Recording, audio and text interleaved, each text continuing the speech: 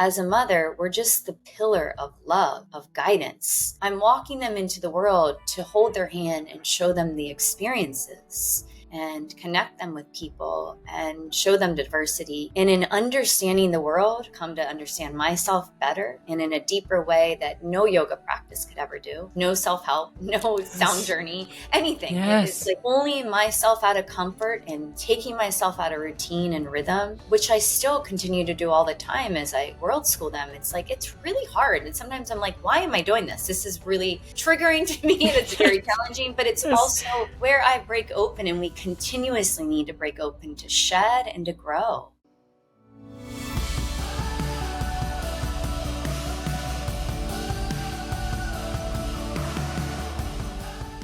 Hello, everyone. Welcome to another episode of the Motion of Gratitude podcast. I feel like I've been saying this almost every conversation that I've had with a guest, but my heart is just so full in these conversations, and I couldn't be any more excited for the guest that I have here today.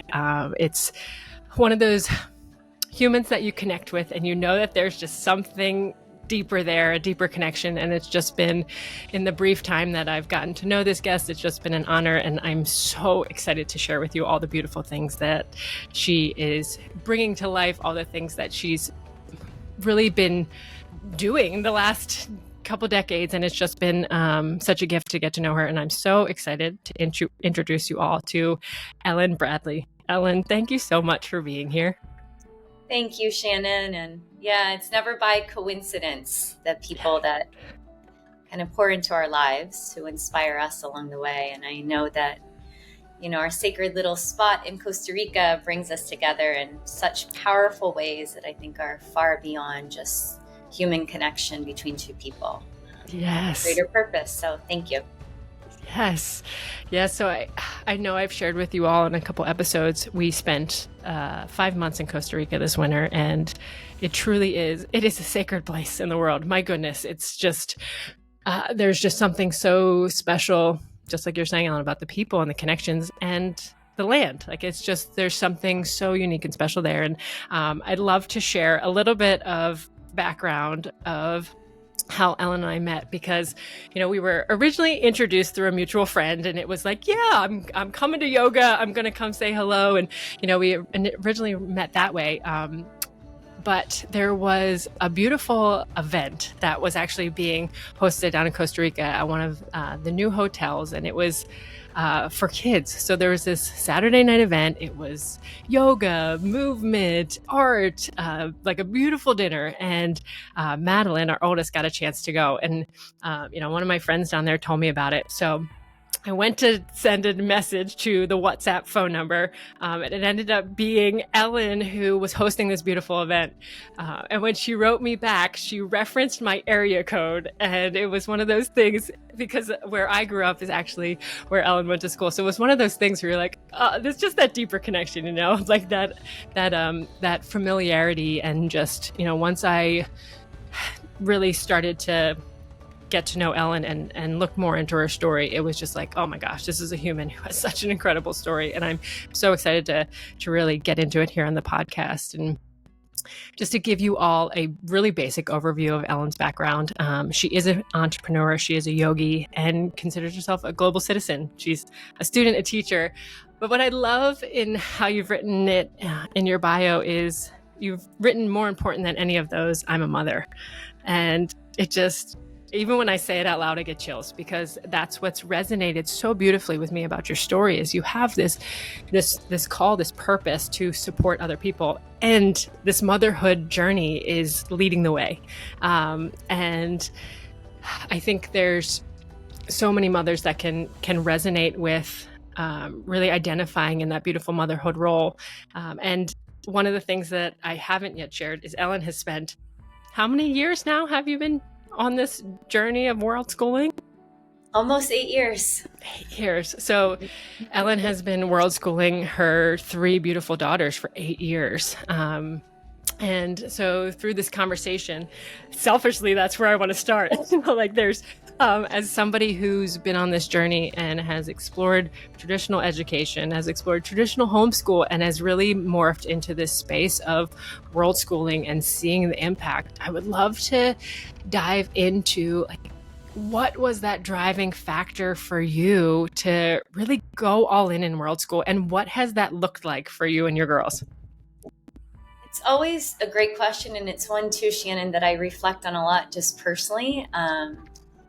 Because I think it's all the small choices in our life that actually then lead to those bigger. You know, people often ask, how did you just sell it all and travel the world? And it's like, it's not, that just didn't happen in one day. Yes.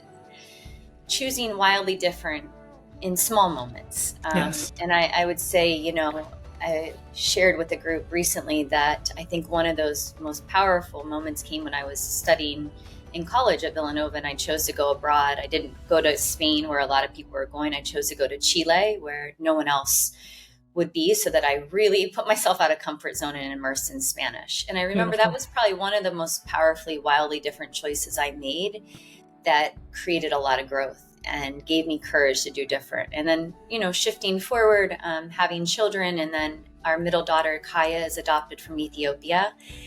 And that was a pivotal point in my life of arriving to Ethiopia. I had seen third world countries, but nothing like Africa and the poverty that exists there. And when we had this beautiful little baby in our arms and we were coming back to America, just looking in her eyes, I knew that I wanted to do different. I knew that I couldn't just keep my children in Northern Kentucky where I was raised, and I was raised in a really great way, but I wanted my girls to know that there was a beautiful, diverse world, and they weren't separate from it. They were one with it. Now, the how-to is like, I didn't know how. And I remember telling their dad, you know, his first career was being in the NBA. So we were in the pro athlete realm, and very eye-opening and yet also very grounding, because you're around a lot, and you can choose to go and get caught up in that, or you can get anchored in using your platform to do good for the world. And even at that young age, because we were married at 22, I always was really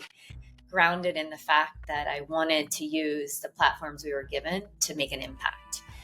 And so after he played and we had gone through that first journey, I was just like overwhelmed with all the things we had. And I'm like, one day I just want to take all our girls, sell it all, and just travel the world. And I said that for like 7 years. And he was always like, no, you're crazy. Like, you're crazy. We had a really comfortable life. And then I opened hot yoga studios, and then we had this wonderful community. And I was always pressing my boundaries to grow and do different, even in bringing hot yoga to an area where yoga just wasn't. And then ultimately we were at this pivotal place in a transition in his career of college coaching. And I looked at him and I said, look, let's just sell it all and try it. Let's just do it. And eventually there was a pause in his reaction. And I knew that pause created space to be like, let's go. Yes. And that is how, but it was the small shifts that led to this big change. It was always trying every day. And granted, it was on my mat as a yoga teacher, as a leader in the community of yoga, and personally for my practice, to let go, to untether, to not get caught up in what you have and not really wanting to accumulate, to start to shift. How can I be a better mother every day and challenge my boundaries as a mother, you know, kind of get out of the way I was necessarily raised and see different. And so it really is the wildly different choices that we make. The big ones actually are a result of the small ways we show up every day to do different.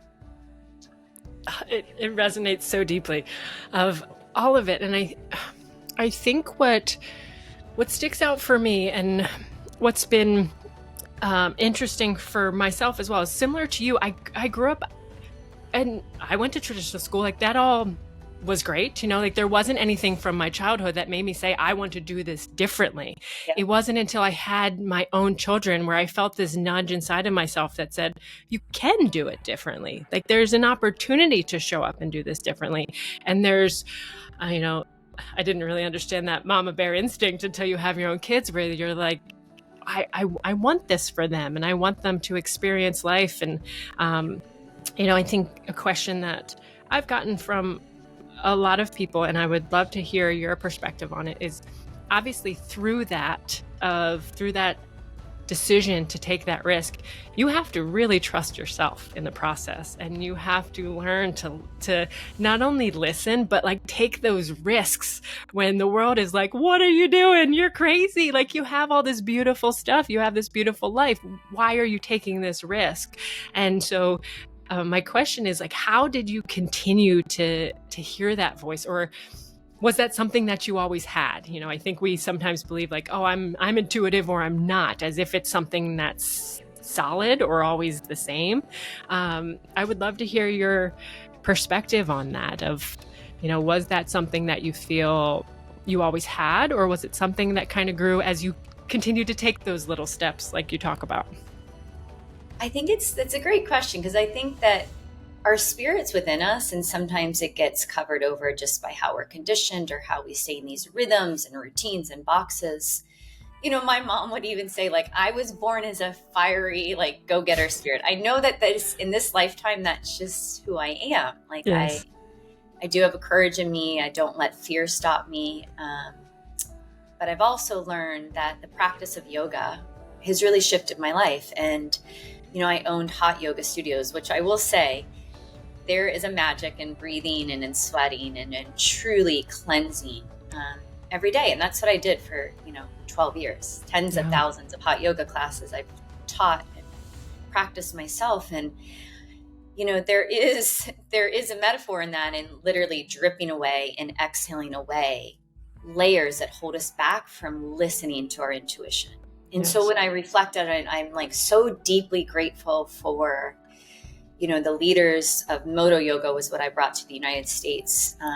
My dear friend Jess and Ted that started that, and then the community that I created and all the teachers that I learned from in my studio, and then all the thousands of students I taught. Like, that was a very powerful, I'd say, container that held me, that allowed me every single day to dial into my heart and to listen and to literally shed back the layers of feeling like I had to be something or say in this or say in that. And that was the most powerful way personally, and it still is today, that I listen to my intuition. Even when we went around the world for 2 years, I had my travel mat attached to my backpack, and it didn't matter where I was. I would roll out my mat and breathe, and I connect to my heart.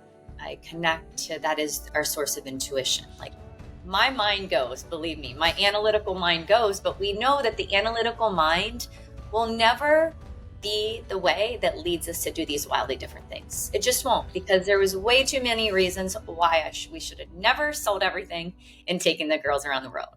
There was probably even more reasons, why I shouldn't have opened a hot yoga studio in Northern Kentucky. Maybe why I shouldn't have adopted a child from Ethiopia when I was already 8 months pregnant. Like, so there's always things, if we try to analyze, that hold us back. And it's not through the mind that we pave a new way. Yeah. It is through our heart and the whispers of our heart that call us to do wildly different, and that often people look at like, what are you running from? Or why are you doing that? Like, what, are you crazy? Yes. So I just, that is what it is. It's the practice daily, and we all can do it. Yes. Have you found that through the practice, it gets easier for you? Or obviously the noise still, personally, the noise is still there, but it's like, it's just that conviction. Does the conviction for you just get stronger every time you listen to that internal guidance? That's a good question, Shannon. No, because I think it's like the life journey that we all have. It's difficult. Like, being a human is difficult. We always have challenges.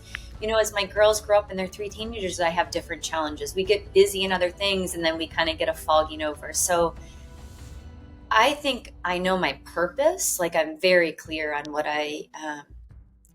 being a mother. And then, as my girls are getting older in a couple of years, they're going to be out of the nest. Yes. And I know exactly what I'm supposed to do in this lifetime. Like, I know what I'm supposed to birth. I know the message to share and the narrative. And it's only through what I've lived through. But some days I wake up and I'm like, or, you know, even when I just took the girls away for a month, sometimes I'm like, I feel like I can't even hear I shouldn't say I Yes. can't hear my intuition, but there's just moments in life. It is what it is. And we Yes. have to give ourselves grace in that. Like I try to Yes. share that when I teach. It's like, we all are human, and this is actually part of the journey. Like, it is not through these foggy times. It's in the foggy times and in the challenge and the heartache that welcome us to maybe shift a bit, to Yes. step back, to reset. And then it comes back through again. And we really do. I mean, I'm sure, you know, you're a driven woman, successful.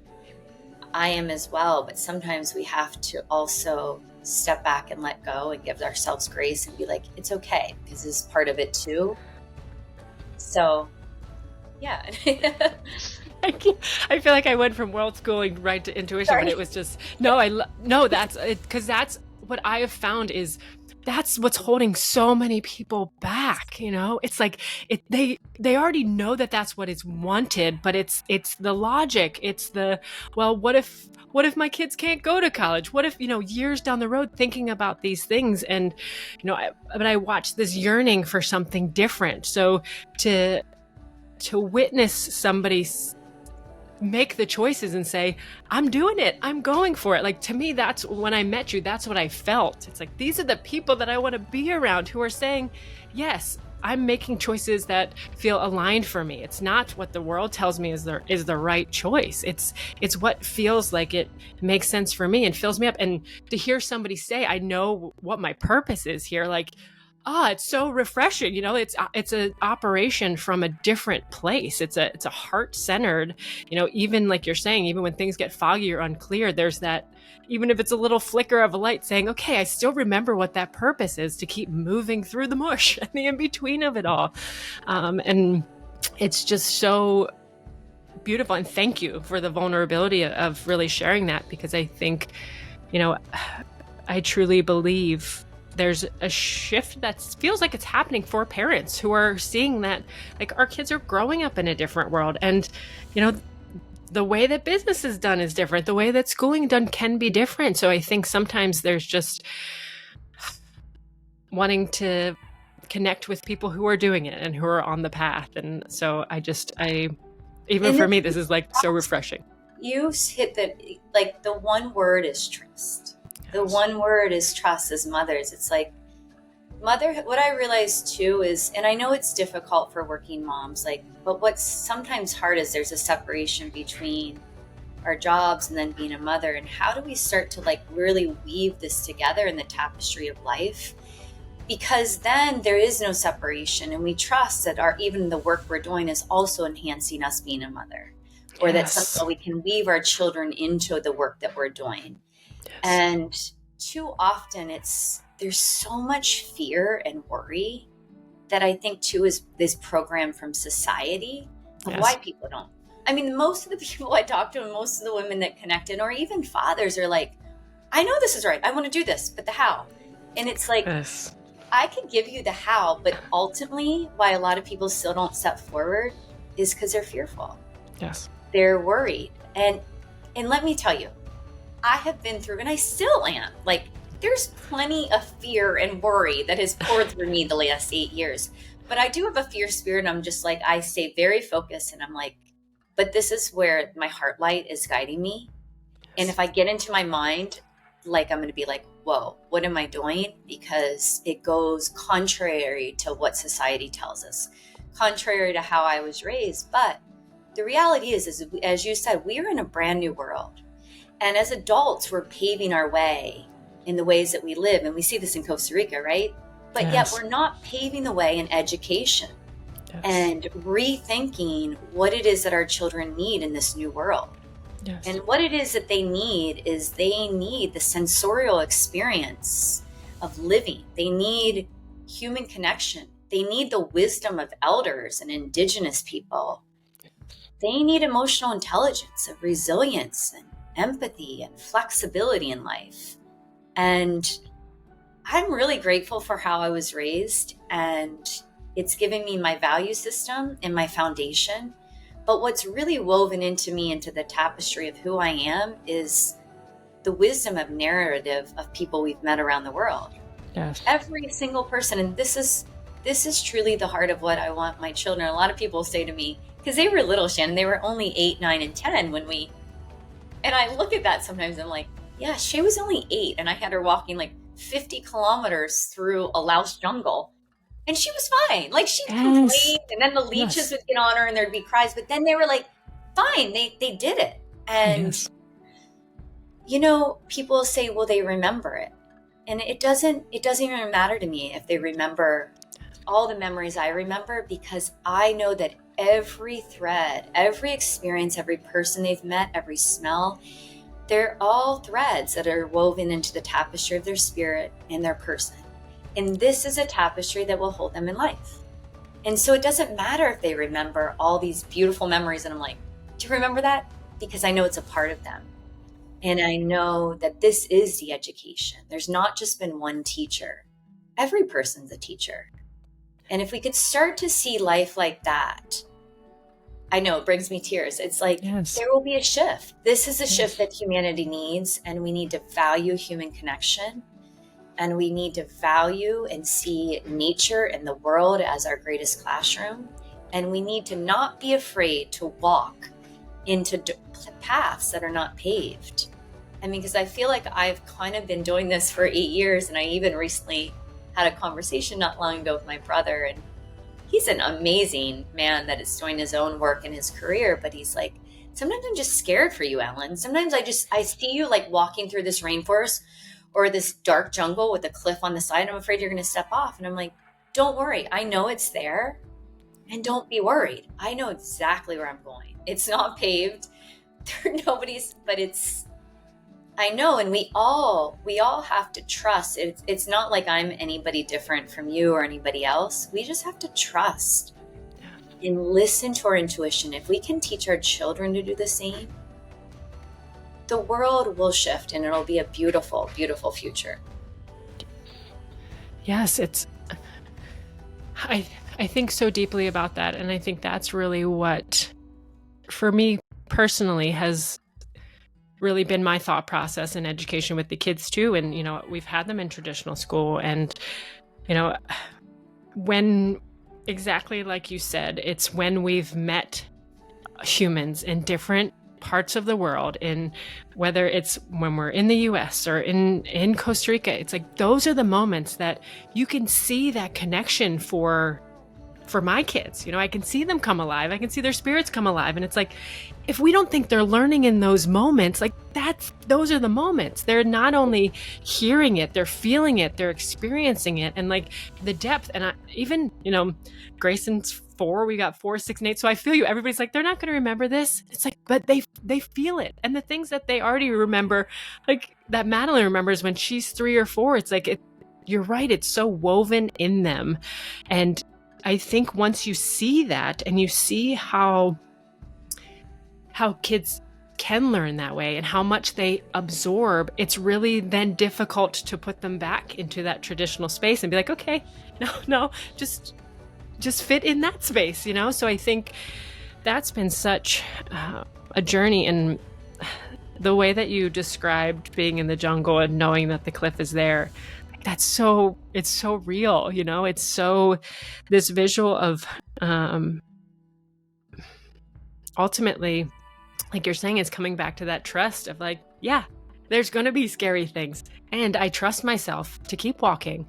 And I truly believe that a mother knows better than anybody else what their child needs. And it's like, if we can recreate that connection between a mother and a child and allow it to blossom and grow and not be told one of us goes in one direction and the other goes in the other. Like there's so much power in choosing to do life together, even when it's difficult or even when it's hard or even when, your mama spirit just needs like a timeout. It's like there's just something so beautiful about those experiences. And, a question that comes up for me in all of this is, through the world schooling, like what have you learned about yourself through this experience? And also like, what have you learned about your girls? Like I would even if you want to share stories of some of the places that you've been, I mean, there's just so many incredible things that you've shared, and we can get into a little bit more there. But like, just through that, what have you learned about yourself, about the girls through the world schooling experience? I think for my girls together, just as children, the capacity, we don't realize the capacity for which they hold, even physically. It's like, and walking them, it's tied together. But I can remember, as I'm sure you are in motherhood, trying so hard and having a big house full of parenting books and books to read them to teach empathy and about gratitude. And it wasn't until I let that all go and just walk them into the world. And what I learned is, as a mother, we're just the pillar of love, of guidance. I'm walking them into the world to hold their hand and show them the experiences and connect them with people and show them diversity. And in understanding the world, I have come to understand myself better and in a deeper way that no yoga practice could ever do. No self-help, no sound journey, anything. Yes. It's like pulling myself out of comfort and taking myself out of routine and rhythm, which I still continue to do all the time as I world school them. It's like, it's really hard. And sometimes I'm like, why am I doing this? This is really triggering to me and it's very challenging, but it's also where I break open, and we continuously need to break open to shed and to grow. And children are just so resilient. I think that's what I noticed in my girls. Like, there's such an openness to want to like dive into the depths of like that jungle in Thailand and sleep on a bamboo mat or sleep on a dirt floor. And those are the memories that they remember. They don't remember like actually the nice fun hotel that I thought was amazing in Sri Lanka or the helicopter ride. It was like they remember like the homestays where they were dirty, where it was super uncomfortable for Michael and I to be staying. And we're like, how many more days? And they're like, can we stay a month here? And we're like, and so it taught me a lot just about children. And of course, about my three individually, just their resilience and their curiosity and just how like we really do condition our kids. If we're just raising them in the suburban home to play on the soccer field or be on the tennis court or do this, it's fine, but we're conditioning them that way. And there is so much more of a capacity in them, physically, spiritually, emotionally, than we even realize. And I witnessed this as I just like walked through these, especially we began in third world countries in the Southeast Asia. And I loved it because I just like stood back and witnessed the way other mothers mothered. Mm-hmm. And there was such a hands-off. They were there. There was love. But it was like not this helicopter parenting. There was a trust, there was a letting go. And then you saw the strength in the children, a confidence in the children. And they don't have any self-help books. They don't have any kids' books that teach confidence. And so it was this, and this is the book that I've written that will hopefully be coming out soon. And it's just using my experience of walking through the world to understand different ways of motherhood. And really the heart of motherhood, what is innate within us when we extract it all.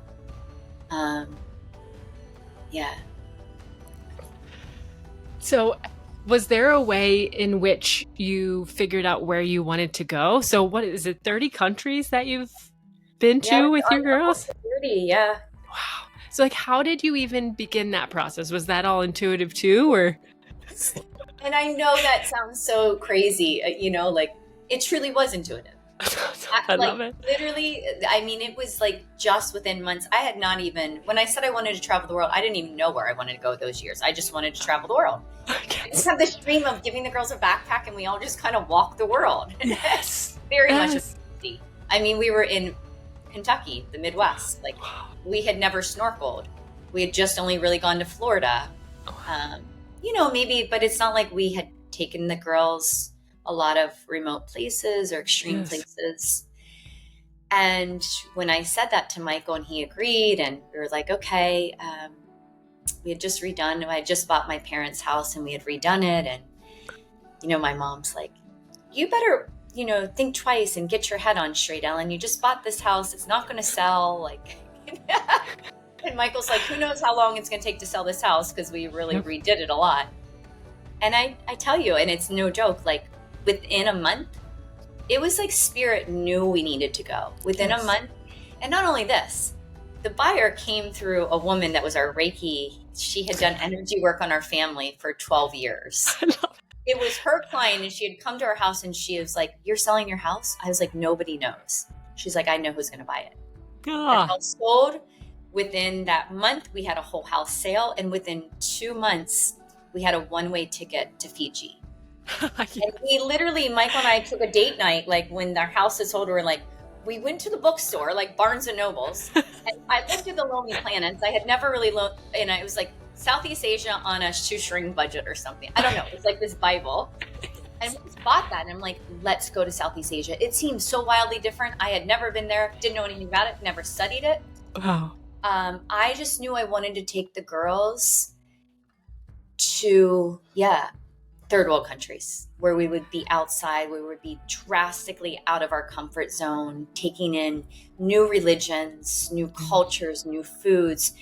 And I wanted to feel like the minority, because here, I had a daughter, Kai was 9, and granted, and they had gone to school in Cincinnati, so it's over the river from Kentucky, and Kentucky is predominantly white. So there was some cultural diversity my children were around, but still we were the majority, white, And so I just wanted to go to a place where we were the minority, and I wanted to personally know how that felt. I wanted Taylor and Shay, your sisters, to understand that. And so it was. We had literally only a one-way ticket to Fiji. I had an idea, Shannon, like I was like, and again, it was 1000% intuitive. Yes. It was like, okay, I knew I wanted to drop down to New Zealand, Australia. What were we going to do? I don't know. Then I was like, what are world school lessons? I would always Google what are the off the beaten adventures. And in the Lonely Planet book, it's brilliant. There's one page. It's like off the beaten adventures. It usually takes a plane, train, hiking, diving to get there. I don't know. And I've always circled those and somehow try to get us there. We didn't always get there, but often we would. And that's how it was. And it was more, we were leaving a life that was so scheduled. And, I was running studios, and it's like, I wanted to untether from all that. I wanted to be in flow, to open to the wonderment of life and the connections that would pour in. And I feel like too often we're so scheduled that even if a friend or somebody says, hey, can you go grab a coffee or go for a surf or whatever, we can't, because we're really busy. And I get it, we have to be, but I did not want to do that. I wanted to be fully open. And if we were going to stay 6 weeks in Laos, then we were going to stay 6 weeks. If somebody invited us to go for this hike or this, whatever it was, and that is how it unfolded for a full year. Wow. And we just kind of traveled. And it wasn't all celebratory. There was many intense moments where Michael looked at me and he's like, I'm done. We need to go home. And I'm like, well, we don't have a home. Right. Where are we going? We don't have a home. So we need to. And it was very trying on a marriage. I mean, like, it's not really actually normal to be, all together and their dad's 7 feet tall and in a hotel room or in bamboo mats or tiny places to stay for a year. Like, it was, I definitely walked us into an intense journey that in some ways brought us wildly closer together. And in some ways it was also hard on a marriage. But I think what it did give us is that it opened our hearts and awakened our minds to wildly different ways to live and to believe and to think and to school.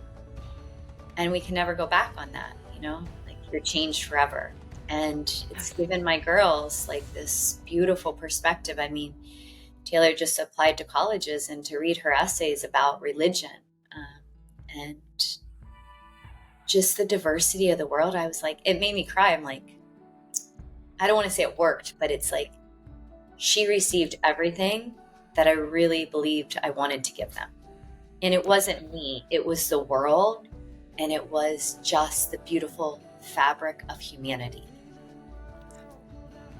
Oh, and I've only met Kaya, but I think that's a beautiful thing too, as you know, as somebody who's in the early years of doing the world school, the homeschool, there's that, okay, right, are we gonna like, are they gonna get out alive, you know? Like, so to meet Kaya and just like to see the calm in her face, to see the confidence in her face, it's like you feel like you're talking to somebody who has lived, you know, and it's such a beautiful gift. And I know we mentioned it a little bit before, but this world, I think the more that this generation can learn to actually be human and actually connect is where their power lies. It's where their strength lies. You know, the whole world is going to this digital connection, and to be able to truly connect with somebody on a heart level, soul level, and human level, it's just so beautiful. And, you know, so for any of you world schooling or homeschooling parents that are hearing this and, you know, you love the thought process of it, and you still want your kids to go to college, you know that is possible too. Like, I think sometimes we think then if we create these experiences for our children, we take them completely out of, you know, how they want to live their life. And I think it's, you know, that's that fear talking again. And I think just being able to trust that whatever the journey is, it will unfold, and it will unfold for, you know, it's of the greater good. I believe that it's of the greater good for everybody involved. So, you know, if school feels like, or college feels like that's a direction, it's, you know, it's kind of funny. I think I saw a statistic that was like homeschool children, the percentage of homeschool children in, you know, different schools is actually large, like Ivy League schools is larger than, you know, non-homeschool. And it's like, yes, because they know how to live and learn. And so it's just that other side of it. I think if the fear is that won't be an option, it's like, allow that fear to rest and allow to just be in this space. And I know it's so easy to put pressure on those experiences, you know. It's true. And, you know, the other thing too is I think it's important. I always am aware that it's a luxury. Like, I'm really grateful that I choose to. It's in some ways, it's a much harder path to choose to be able to homeschool, but it's still a luxury that I actually have the freedom and the choice to be able to. And so I also too, you know, in sharing my narrative, am very aware that some people can't, you know, their children are in school, and that's okay, but there is still an ability to choose different in what we do. And, you know, the park we go to on the weekend with our children, or the food that we eat, or even trying a new church. It's like just being mindful that it's beyond the box. It's beyond the comfort zone is where growth and education also lie in a very deep personal way. And it's really important, I think, for our children to, you know, we think as parents, we need to keep them structured in this box driven. And it's like, we need to step them outside of the line and show them different. And if you can't homeschool, world school, unschool, we can all still do it and shift that lens and how we see. Yes, I feel it so deeply, and I've been thinking about that a lot recently too. I think rather than this conversation, of like traditional school and homeschool, I think there's so many people who, like we talk about, they're wanting to explore, and just knowing that if it's not something that's aligned for you, great. There are such incredible programs that are being created. There's incredible schools, but knowing that like this conversation is okay too, you know, and it's like, you know, I think for me personally, being back in the US, it's hard to say that you homeschool or world school. You know, there's very much this like, well, what are you doing with your kids all day? And there's a lot of this, you know, external, like we talk about just thought process. And I just would love to get to a point in society where it's like, beautiful, you made a choice that's aligned for you and your family. Like, go for it, go all in. I respect traditional school, homeschool, whatever it is. So having that same conversation, just be like, wow, there must be a reason why you chose that path. I would love to learn more about it. You know, just more conversations around supporting the intuitive decisions of motherhood, you know? So I think that's been on my mind a lot recently of like, if we can get to this space of wherever you are on your motherhood journey, trusting your intuition and supporting other women on that path, I just feel like us moms have a lot of impact that I don't think we always are aware of. So. Yeah, it's hard to do different. And, as we spoke before, it does begin, I think, just with a personal practice, just Yes. taking time. Moms, it's hard. Like, motherhood's difficult, but carving out time to just feel into what it is. Yes. Because the more we're dialed into that, Shannon, then we're not swayed by just the way society and the herd goes. Yes. It's been hard for me the last 8 years. Every time I go back to the States and I have my personal family or friends, like, I always get asked, like, well, how are they going to get into school? What are they going to do about SATs and ACTs? Well, are you testing them? Do they know this? And then it's like, all those questions, they make me question all the time. I mean, I've gone through waves of this and I'm like, nope, this is right. Yes. It's wildly different, but it's right. And I'm not even going to question. And my girls don't test a lot. And Taylor didn't even take SATs or ACTs because tests are optional to apply to college, even Harvard now. So the shift is happening. Yes, it is. It's happening, and we have to band together and trust in our intuitive ways. Yes. So you talked a little bit about untethering. So I would love for you to share a little bit about the documentary that you've been creating. So it's called Untethered. But yes, would you mind just sharing just the vision of it? I'm going to share in the show notes so you can see a little clip of it, because it is, I was watching it and I just got chills every time I watched it. But yeah, I would love if you would share a little bit about the documentary and really the mission behind it. Yeah, we never set out, when we set out to travel, to make a documentary film. We didn't set out to make a travel show. But I will say, Shannon, just as I had the intuitive hit to the big call to sell it all and travel, about 3 weeks before we were leaving, I woke up and it was like a very clear call. It was like, I needed to bring somebody to photograph or to capture this journey. And of all the people that I could have called, right away, my manager at that time of my studios, I was like, I need to message Katie. I messaged her bright and early. I'm like, this is going to sound really crazy, but do you know anybody that's an amazing videographer, like Nat Geo, that that type of caliber, that would travel with us for a year? I was like, Michael doesn't even know, so don't say anything. I'm just going to see if there's an option. Just check and see what's out there. And she said, oh my gosh, I don't know this person very well, but he just did a van trip across the West. You should see his short clip that he made. Looked at it, messaged him, and here I went and met Ricky Willis at the local juice shop. And he shows up, and Ricky's smaller than me, all tatted, long hair, and he's 22. And I love it. We sat down, and right away there was a charisma about him, and there was this energy about him. And I didn't know anything about him. I just had seen this clip, but I'm like, one, it felt right. And two, I was like, this guy is going to be, I don't even know if he's a big videographer, but he's going to be something one day. And I said, Ricky, I don't even know what the ask is. Are you free? And would you want to go around the world with us this year? And the heart is and the biggest thing is for me, Shannon, is I just wanted to capture the world for our community. I mean, we had 3 studios, thousands of students, all these teachers, and people were like, why are the Bradleys leaving? What is going on? Yes. We were just I was a very pillar of light for the yoga community. And I think people were like, why are they leaving? And I'm like, I deep down in my heart, knew that this is far beyond. It gets me teary-eyed. I knew there was a reason far beyond our 3 girls and our family that we were doing this. I didn't know what it was. Yes. And so I was like, how can I share the world with our community? Maybe we just make clips of every country and teach something. And that was the heart of wanting to bring Ricky and capture it in too. For the girls, I didn't want to always be on my phone or camera. Yes.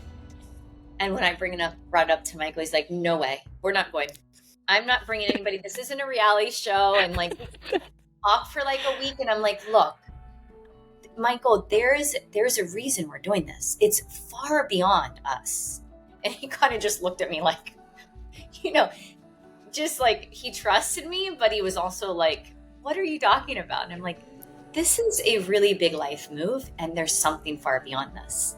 Mm-hmm. And so, long and the short, we end up leaving 3 weeks later with Ricky in tow with the camera and our rainbow family traveling the world. And oh my gosh, I love it. It wasn't his job. He was laying tile. I found out he was homeless until he was 18. Just had a very challenging childhood. Never had touched drugs and alcohol. A lot of the tattoos are XXX. He was super clean, and he really put himself on the right path, but he didn't have the opportunity of education. So he was laying tile and he was doing kind of video work on the side, but he was never formally trained. So long and the short, wow, had this heart about him. Always dreamed to go to Southeast Asia. That's where we were starting. And I don't even know if he had a passport. So long and short, Ricky came. And not only did Ricky bring the world to many people in our community back in the Midwest, but he became a big brother to the girls that stoked courage. He was a fearless guy. He would climb the top of the cell phone tower in Vietnam that was literally 80 feet high, top of the cell phone tower, freehand, to get a drone shot of us.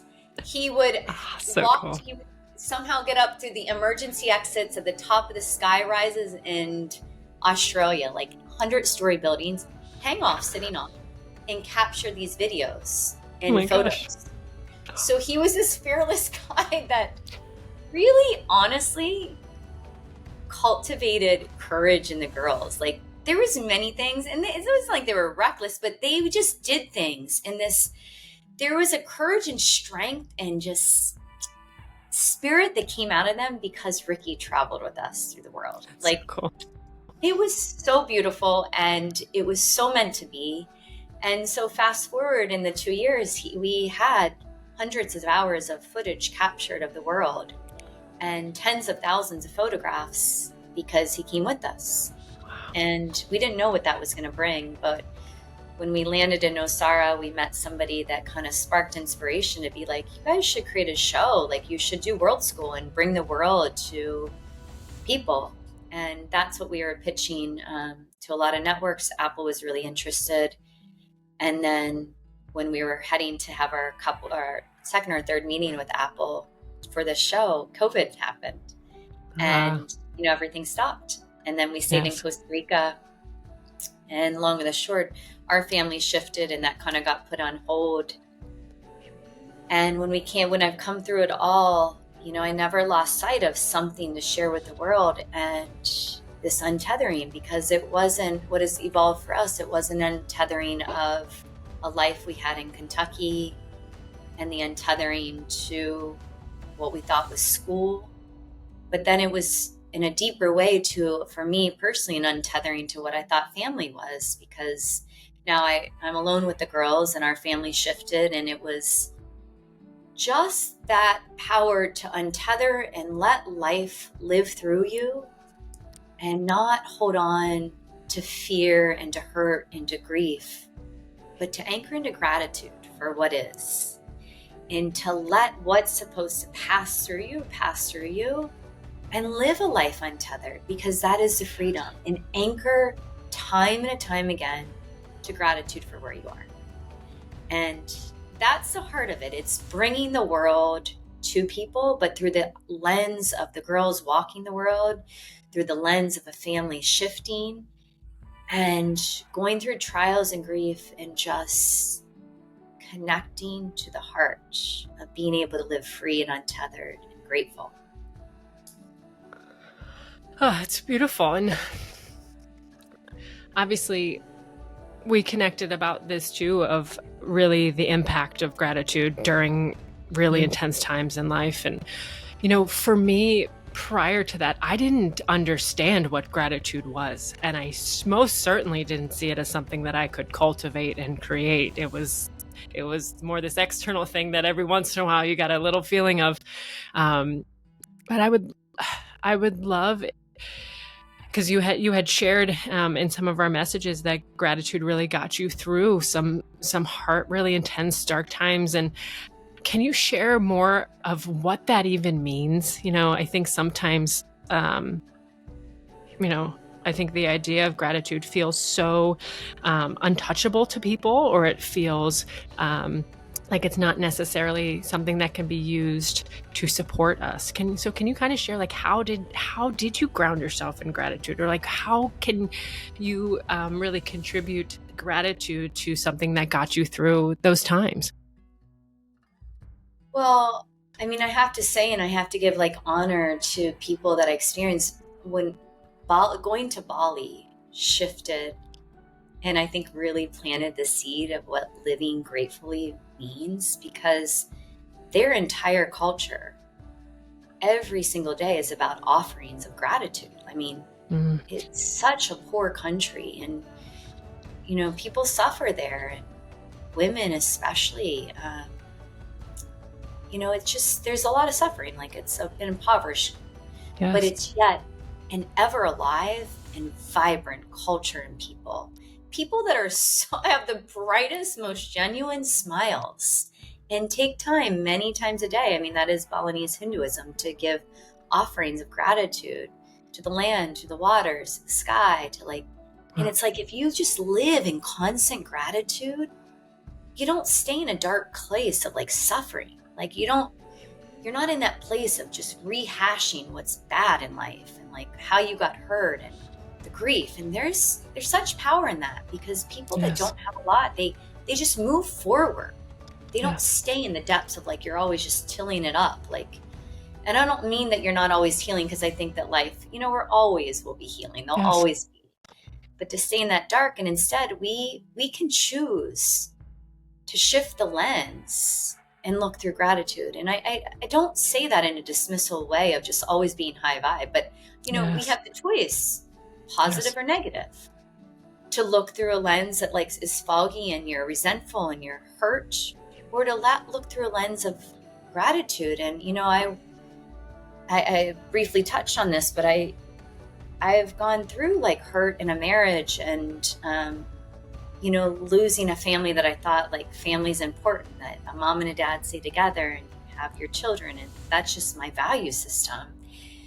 And instead of the last 2 years staying in a place of hurt and anger and just resentment, like every day it was on my mat. And maybe it's through shedding tears, maybe it's just through breathing. I'm like, but I feel so grateful. I feel so grateful that Michael ever said yes to the call to support me to open yoga studios. And those yoga studios, then that community gave me the power and the trust in myself to lead our family into the unknown and to choose wildly different.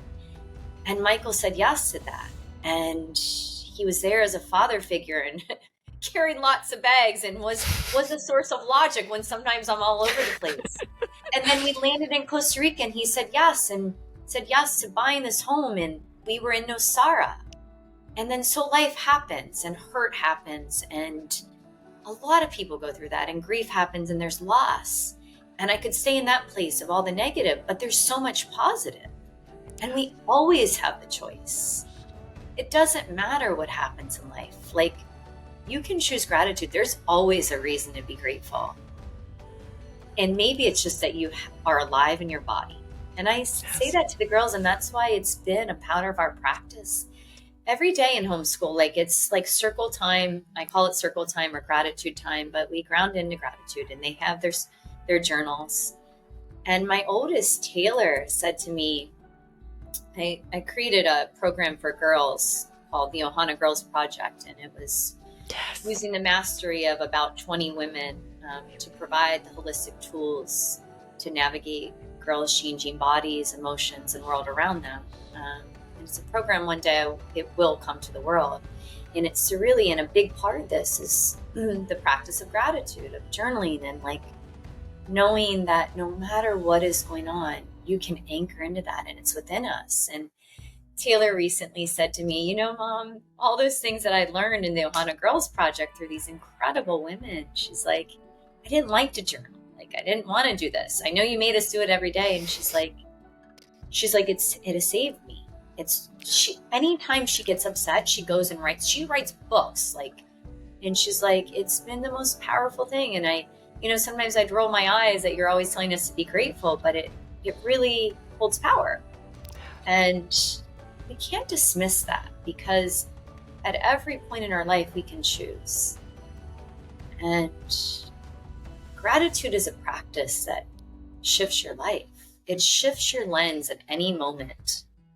And of course, we need to feel the grief and the anger and the loss, but then you move beyond. You keep walking forward in life. And that is what I learned through the poorest of poor places. Recently, last year, I took Kaya. It was kind of our rite of passage. The first trip we did, just us without their dad, to Ethiopia. And it was the hardest trip I've ever done, the most challenging trip, the most breaking open trip. And it reminded me of the power of gratitude, because here it's so much suffering in a place like that. People just keep moving forward and they're so grateful. They have such faith in life and their religion and in each other. Yeah.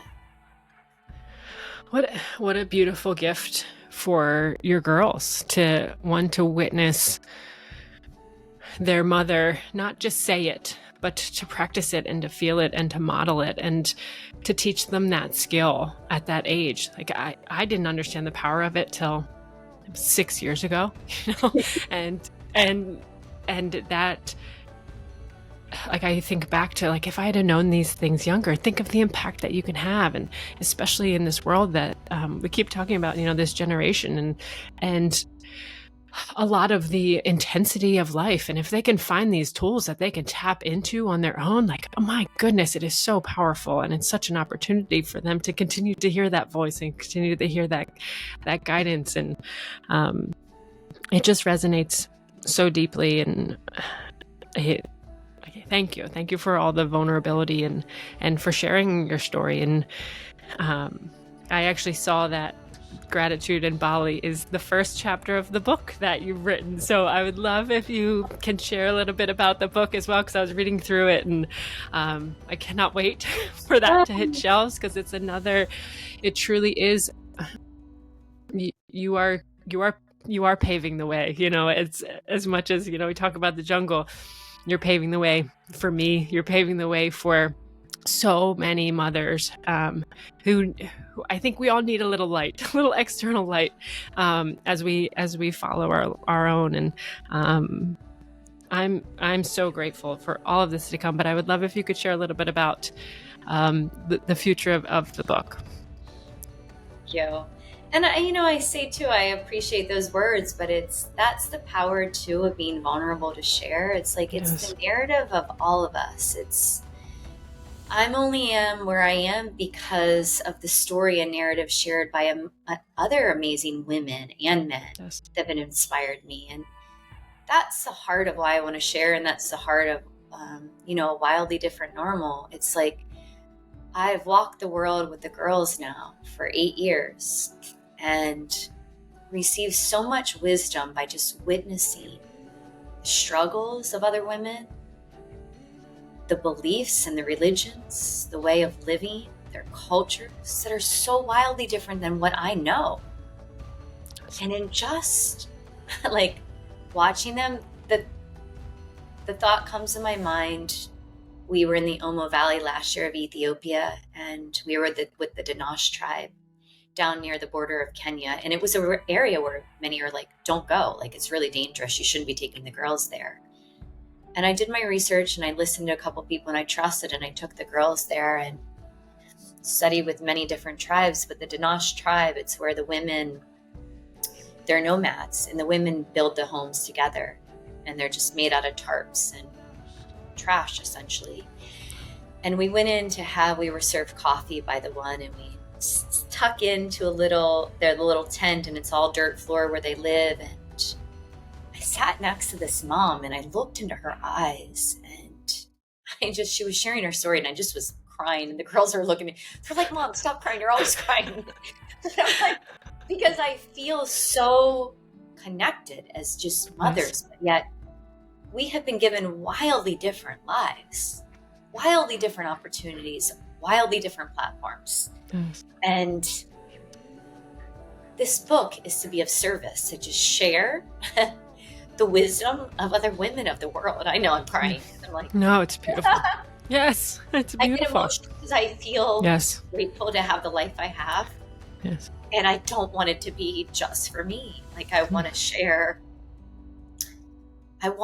wildly different normals of women that struggle throughout the world, but yet hold a deep wisdom of motherhood that I feel like we need in the West. Yes. Because there's so much pressure, and we feel so much pressure, and women carry so much on their shoulders, and it's not necessary. Yes. We feel like it is, and I get it, like it's the energy that holds us, but maybe if we just peer out of our homes and out of our lens and see this different. So this is the heart of the book. It has shifted a lot. It's a travel memoir that shares the wisdom of the world, the wisdom of motherhood around the world.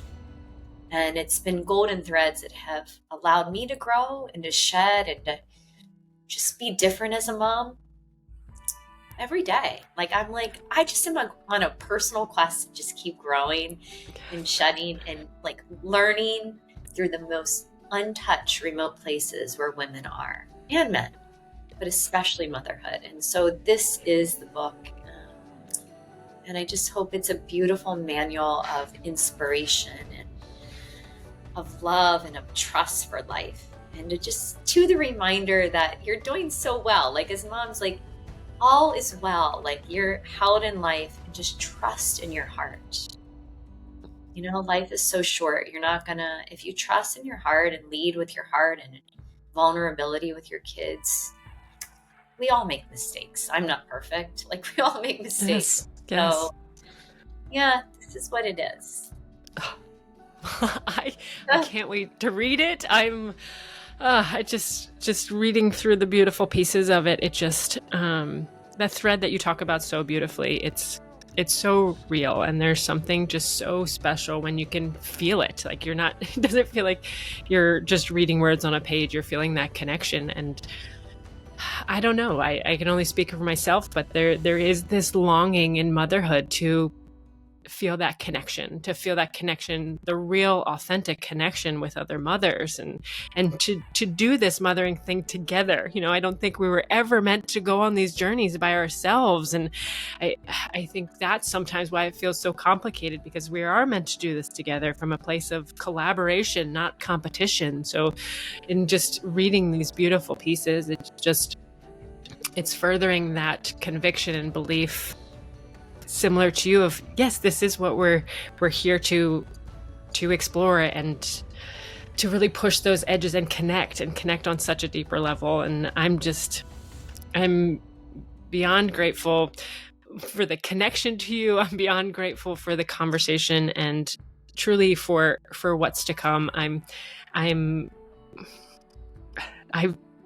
have so much to learn from you, and I'm just I'm honored to know you, and to know that there's beautiful women like you who are out there making the path and creating for me more trust in myself. As I watched you trust yourself, it gives me permission to continue to trust myself. And so I truly thank you. And I guess I have one more question to kind of wrap the thoughts here up, you have really touched on it here, but if you have that person who's listening to this conversation and is like, my heart feels like it could explode out of my chest, like I know that this is the path that I'm meant to go on, what would be, from your perspective, like that first step, that one first initial step for somebody?